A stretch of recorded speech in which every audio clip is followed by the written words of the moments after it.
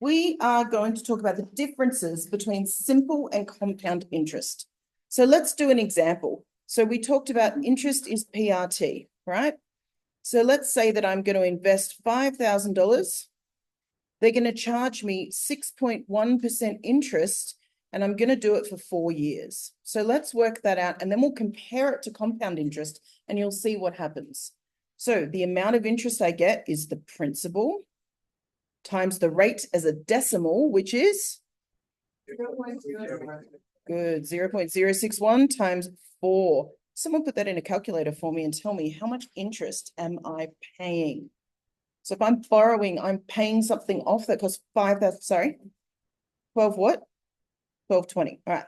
So that means I'm paying in total how much? 6,000. Right, 6,220 is the total amount I pay for something that's actually only worth 5,000. All right, let's now look at compound interest.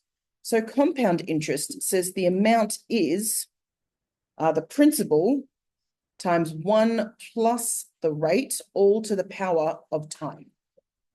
So what this means is that every time period you are recalculating how much interest you owe. So it's the same as PRT, right? So P is still 5,000, it's the principal, and then it's 1 plus R, the rate as a decimal, which is 0.061, all to the power of time, which is 4. So again, we just type this straight into a calculator. You look like you've already done it. What is it? 6,336. Okay, so can you see that this is more than this? So I am paying an extra $116.24 if I use this method. So this is why people use compound interest when they're lending you money, because they will get more out of you. And I want to give you an example of something over time. So let's look at something much worse, like buying a house. Do you have any idea what the average house loan?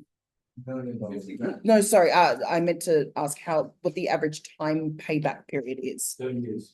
It's 25 to 30 years. So let's have a look at, Melbourne. So Australia basically has a horrifying housing crisis at the moment. Sydney is the most expensive place to live. My friend lives in Melbourne and she bought a house last year and she wouldn't tell us how much she paid for it. So of course we all just looked it up because we knew where the house was, and I was so horrified. So she bought a pretty normal 3-bedroom home. It's not big, it's nice. It's close to the city. How much do you think she paid for it? 50 grand. Almost. 2.5. She spent $1.85 million on her house. This is why I will never own a house unless I marry someone rich. So think about what happens. So you need to have a 20% deposit to buy a house, right? That is the rule. If you can't afford a 20% deposit, then you can't afford the repayments on this house because you won't have enough money. That's basically the rule. So what we're going to do is work out how much she had to pay. 0.2, someone type that in for me. So how much did she have to pay as her deposit? A lot. 37. So she had to pay 37,000 as her deposit. So that means I'm going to subtract 37 grand from this, right? Oh, 370. Yeah, that's true. 370,000. That sounds better. So she put down 370,000 as her deposit. And then she has to pay whatever is left from that. So how much does she have to pay? Oops, I've already done that. A lot. Tell me. Come on, we can work this out, people. All right, 1,280,000. 400. What did I do wrong? Okay.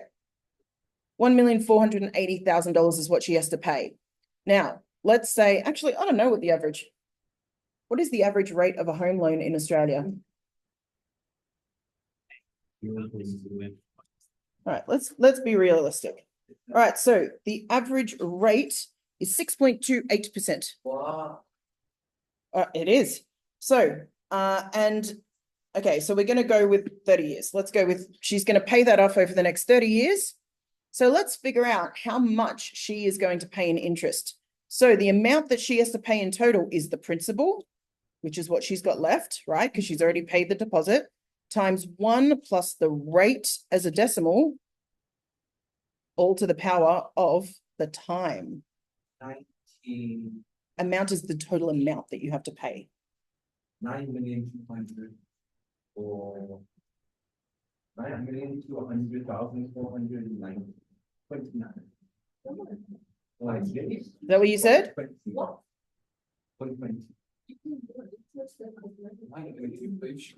Oh yeah, you end up paying for your house multiple times over.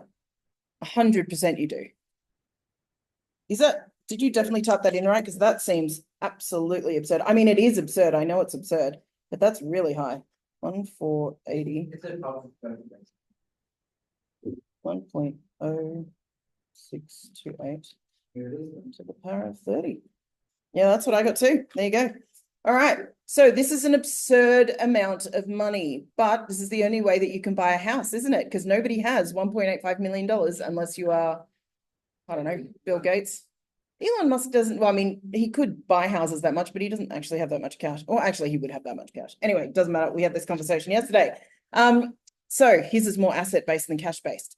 So think about, you are paying for your house multiple times, right? This is why this is a terrible plan. Credit cards will ruin you. Don't get one unless you have to get one. Don't borrow money unless you have to borrow money.